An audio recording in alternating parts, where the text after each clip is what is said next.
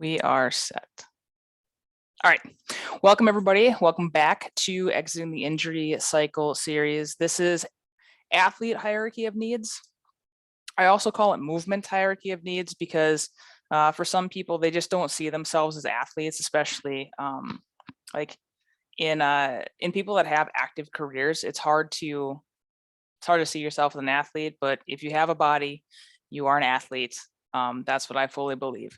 So today, we are going to talk about, we'll go through myself again. I'm a movement coach specializing in corrective strength training. So I am a certified personal trainer and currently pursuing an active life professional certification. So that's what allows me to bridge that gap between healthcare and fitness, like we had talked about last week. And I am a retired Master Sergeant from the North Dakota Army National Guard. So that's my connection to Team Red, White, and Blue. Today, we're going to get into our outline. So with the title and the description of athlete hierarchy of needs, movement hierarchy of needs, information that can help you audit your own program. Does anybody have any burning questions that you'd like to get out of the way before we start the presentation, just so you can kind of get them off your mind? Cool. We're going to bounce into why is this important? We're going to actually go through the hierarchy. We are going to get some takeaways that you can take with you so that you can implement the knowledge, the information from today's 20-minute talk, and you can implement that for free into your day-to-day life and actually make valuable progress in your own fitness journey and people in your life. And then we'll finish with Q&A. Without further ado, why is this important? It is important because you cannot shoot a cannon from a canoe. I don't know if anybody has seen that analogy before, but if you're trying to get a bunch of force off of something that isn't really grounded, it is not going to be nearly as effective as something that is stable, something that is tied to something that's grounded, right? So we don't want, as athletes and as coaches, we don't want our bodies, our athletes, being that wobbly base, right? We want to build a nice, strong, solid base for athletic performance, for just like physical ability, right? Physical freedom. I read a study recently that talked about if a person is 65 or older and they fall, they have a 30 to 40% mortality rate within the next 12 months. And slips, trips, falls, when you're in your 60s, like your mid 60s, if we start working on this hierarchy before then, right, when we're in our 20s, 30s, and 40s, it'll be no factor. So that is the big why behind this presentation today. So we're going to start at the bottom. This is a general hierarchy, a general pyramid. If anybody is familiar with the food guide pyramid, which is not great, but it's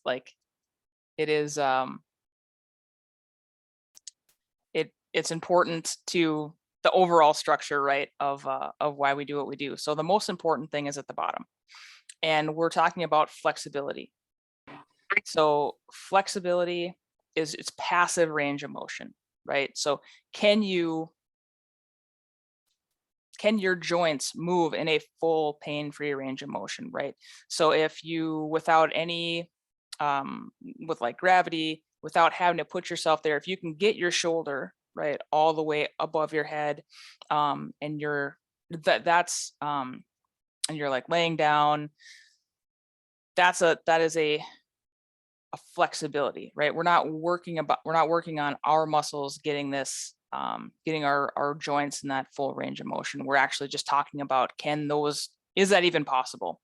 And I see this a lot when I'm doing movement screenings on my clients, because It's hard. It's hard to test flexibility when you're the one trying, like, oh, I'm going to move my arm here. Like we're going to talk about that later. That's mobility. But just know that flexibility is passive.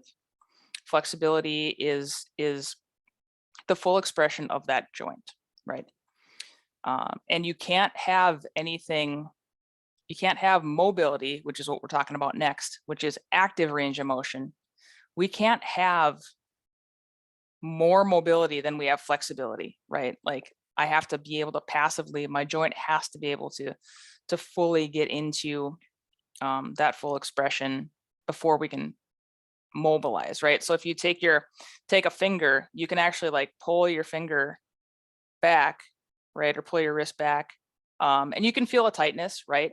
And then you take your own finger and like if you try to like put that finger back as far as you are able to push it, that's the difference between flexibility and mobility, right? Mobility is something you can actively get into.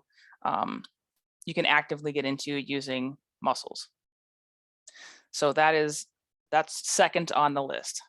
The next, working our way up, is strength balance. This is like the heart and soul of like my corrective strength training approach, because flexibility and mobility are oftentimes, it's very you can see it, it's very obvious, right? If somebody has a hard time putting away Tupperware in that upper cabinet, right? Or it's Thanksgiving and you got to go into the garage and get the electric roaster and you got to like get on the 2-step stool thing and you got to like reach a little bit. You're going to you're going to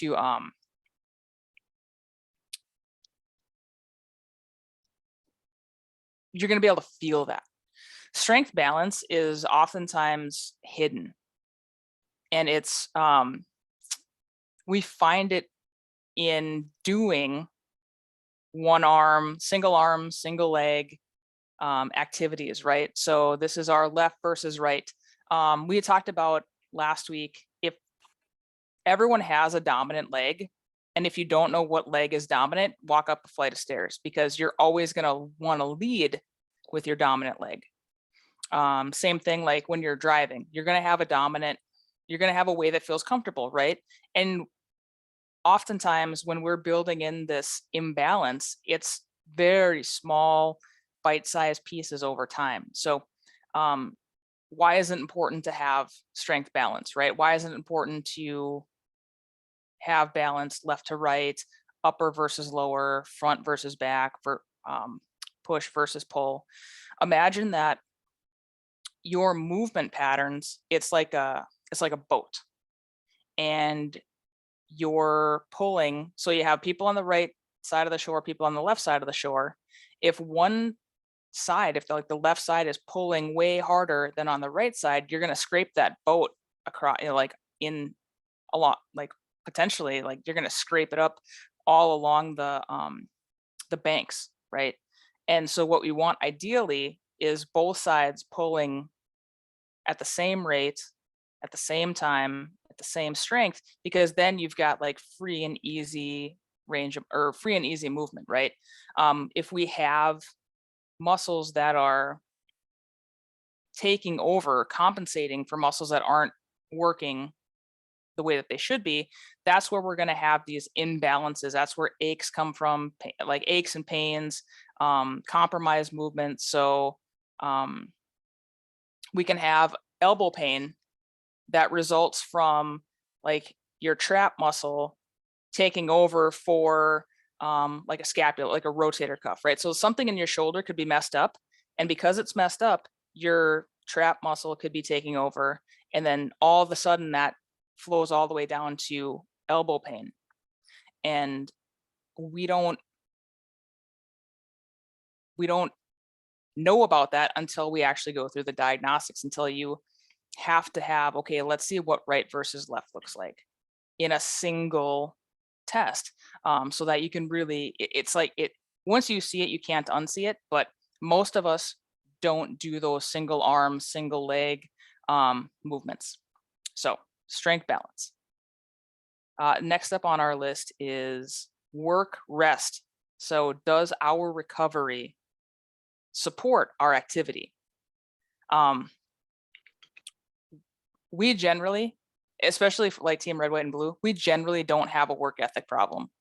We work hard. All of us work hard.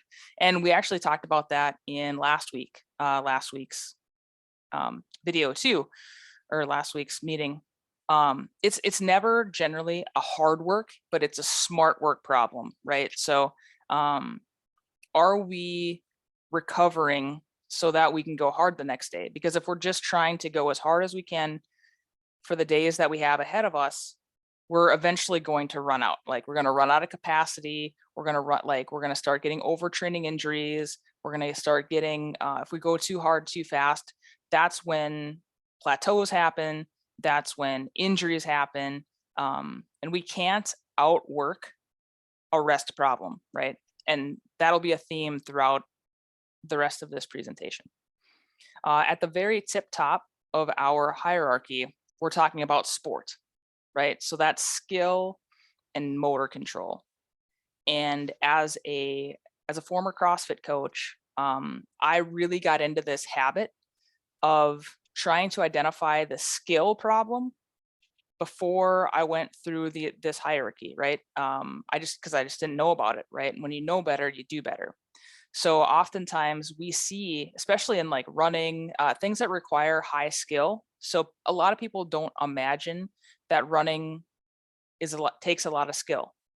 Diana, I'm sure you would agree that running, there's a lot of skill. There's a lot of motor control and coordination involved in running well, right? Absolutely. And so you may see athletes who are having knee pain. You may see someone that has like an asymmetric running form or a non-standardized or like a not normal running form. Like you'll see it, especially like miles 16, 17, 18 of like a marathon. That's when all of our bad habits come out, right? That's where we're all of a sudden you get a couple miles and then all of a sudden this shoulder comes up and this shoulder comes up and then all of a sudden we're like running like this because this is the only way that feels good.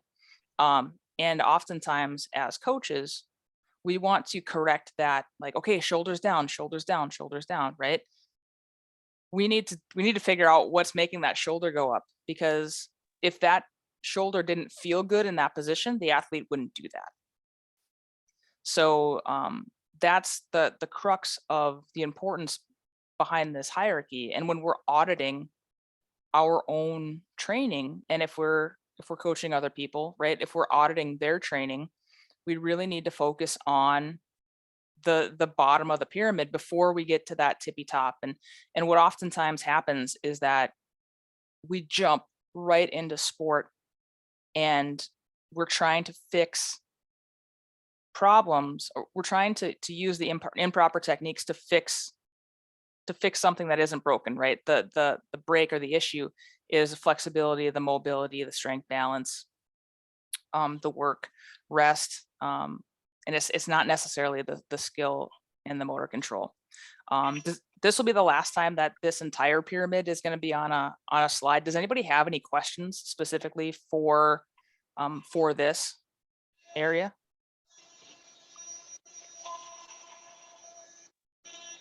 You can throw them in the chat box, or you can feel free to pull yourself off mute.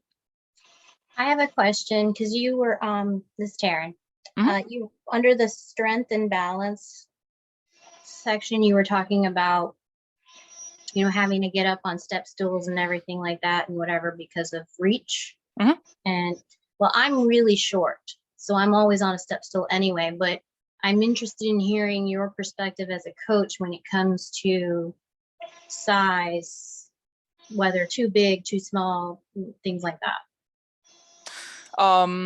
As far as, can you like unpack that a little bit more for me? Well, when you said step stool, like, and I immediately was like, well, I'm always on the step stool, always reaching, because I'm even shorter than what's considered short. So I'm overextending all the time. Doesn't matter my dominant side or not, like on a ladder or in a car or in a, whatever. It's like, so how does that affect my strength and balance, my mobility, my flexibility? Okay. Yeah. So and I use the step stool was just kind of an analogy that that when when you're generally, for me, we put the electric roasters like on a second shelf in the garage because we use them like once a year. So like that was just more of a getting out into that area. But so strength, balance, mobility, and flexibility is going to be absolutely relative to each individual athlete.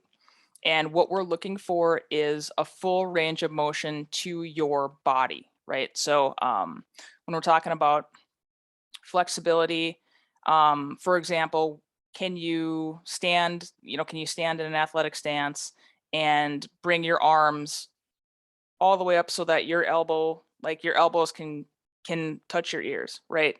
And what does that look like? Is that pain-free, right? Can you lay down and have your palms facing each other and then like let your arms fall? Like if I was laying down, like getting into shoulder flexion.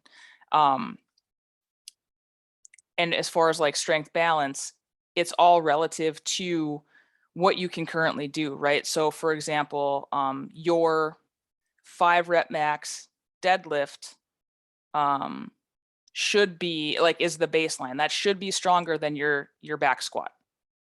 And if it's not, then that is we use your metrics based on you. So there's not necessarily like military always has like a certain amount of weight standards.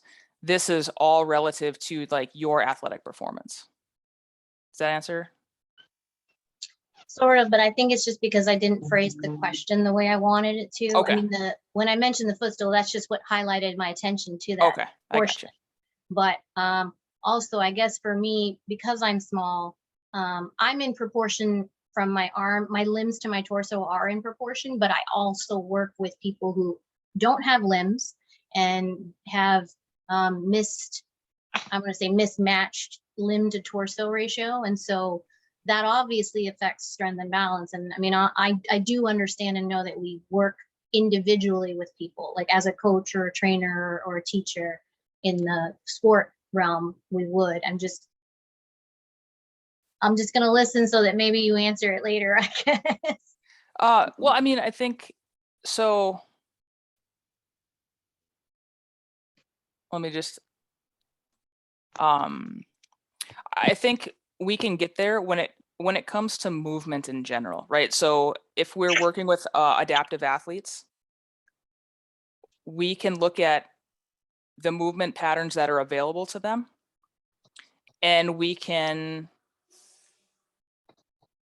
there's going to be inherent, obviously, strength imbalances if you have a below knee amputee, if you have like a below elbow amputee, if you have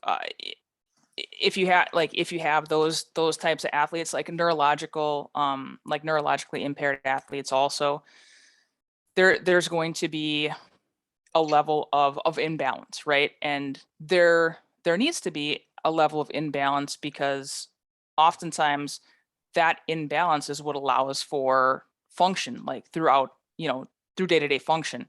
So I would say as long as we're not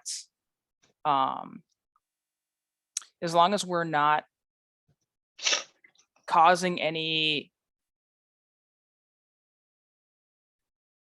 like not causing any harm, but as long as we're not we're approaching both sides with movement, right? So we're not, okay, if you have somebody that's above or below the knee amputee, we're not saying, okay, well then that leg is out, right? Or that appendage is out. Okay, we're not gonna, bye Diana, we're not gonna train that, right? We're gonna continue to look at the holistic human being.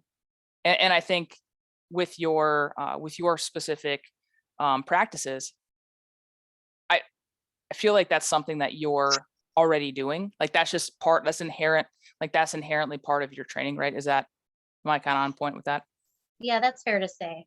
I guess when you were talking about like being able to reach up and then you measure by palm, like maybe hands facing each other, and obviously like we overcompensate because of injury sometimes. And so I mean, I feel like, yes, probably in practice I will know this stuff, but I'm one of those people, I'm like, I want to hear somebody say it. Yeah.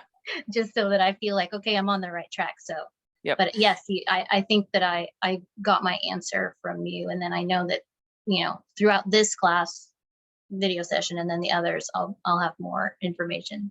Okay, perfect. And just as a caveat for everything, we are never going to fully be balanced. There's no such thing as like complete perfect symmetry.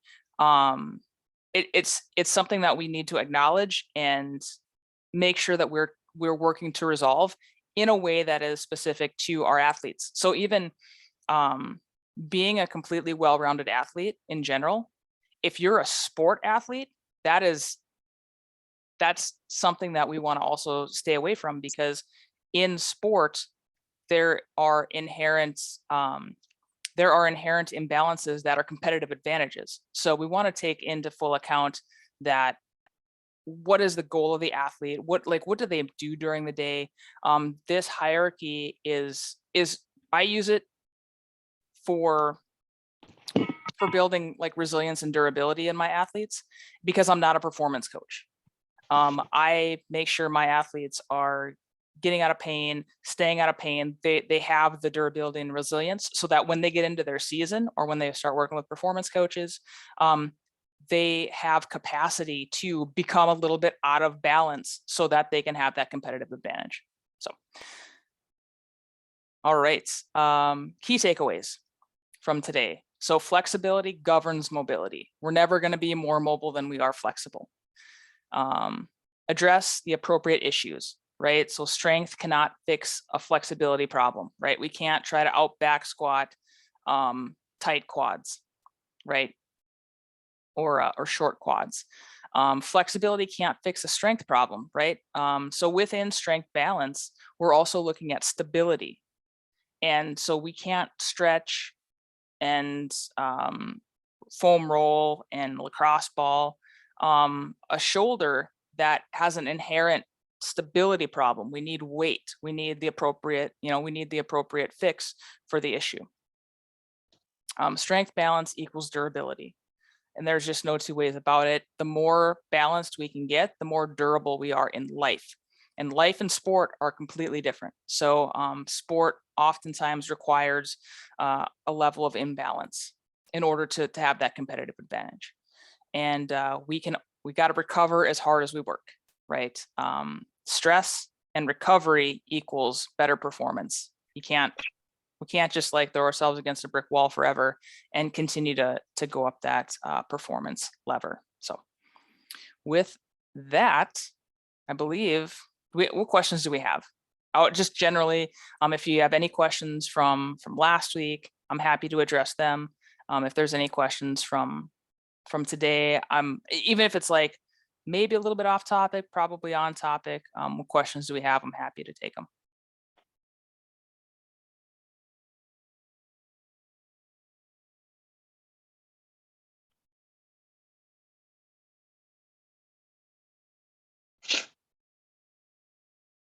Nothing? All good? Everybody solid?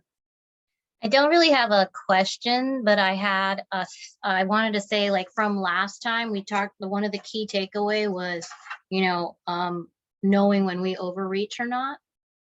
And we had the Valor Challenge happen this past weekend, and my plan had been to do 24 hours. But after Friday, I had some stuff, and I literally was like, can I do 24 hours? Like, let's be realistic. So I ended up just doing the 12-hour Valor, which was hard enough. It was hard enough. It was challenging enough. But it was one of the things that if without having someone vocally say it to me in a session, I probably would have had a fleeting thought about it, but then would have been like, no, I'm going to challenge myself anyway. And then we were talking about recovery and all this other stuff. And I was like, I want to be functional for the rest of this week. And I don't want to like break myself unnecessarily. So I just wanted to say I did actually take away something. I appreciate it. I can't tell you how happy that makes me, because you're an example, right? You have that experience of feeling, because I do it too, right? You had that experience of like, I should do the 24 hours, like, you know what I mean? Like I should be doing this. And you had that like intestinal fortitude to put yourself first, right? If you had an athlete, right? I imagine if you had an athlete who had the same schedule that you had, and they came to you and said, "Hey, Taryn, I don't care. I've had a really hard week and I'm going to go, I don't feel it, but I got to push myself," right? You would like, "Oh my gosh, look, 12 hours is plenty." 12 hours is, 12 hours is plenty enough. And to be able to do that for yourself, we don't, as veterans, we don't do that enough. And the fact that you were able to like go, like you can tell somebody about that experience that you had, and it's genuine, it's an experience that you had, right? And you guys can talk about that. So that makes me incredibly happy, because it's making you better, it's making them better. We're advocates for each other, right? That's, as much as we want to support by doing the hard things, support by like giving each other grace, support by letting letting us know that like what we're doing is enough, we're giving it our all, it's all we can ask for. So cool. If there are no other questions, here's my information. So you can find me on Instagram. You can always send me an email. I do have a Team Red, White, and Blue email address also, and I'll put that on next week's. And then phone number, feel free. Instagram DM is the easiest way to get a hold of me. And I'm happy to, if you have any follow-up questions, I will have a session next week at this time, and it is going to be on the 5 C's of recovering from injury. So if you have had an injury, if you've had athletes who have had injuries, if you've ever had anything in your life that didn't go as planned, this next week is probably a really good session to go to. We talk about how to recover from setbacks. And it's one of my favorite topics to talk about, and I'm super stoked on it. But this recording is going to be sent up to YouTube. This recording is also going to be sent to Team Red, White, and Blue. If you have any questions or comments, please feel free to reach out. I'll stay on for a little bit. Otherwise, yeah, I will thank you all for joining, and I'll see you next time. Oh, check in if you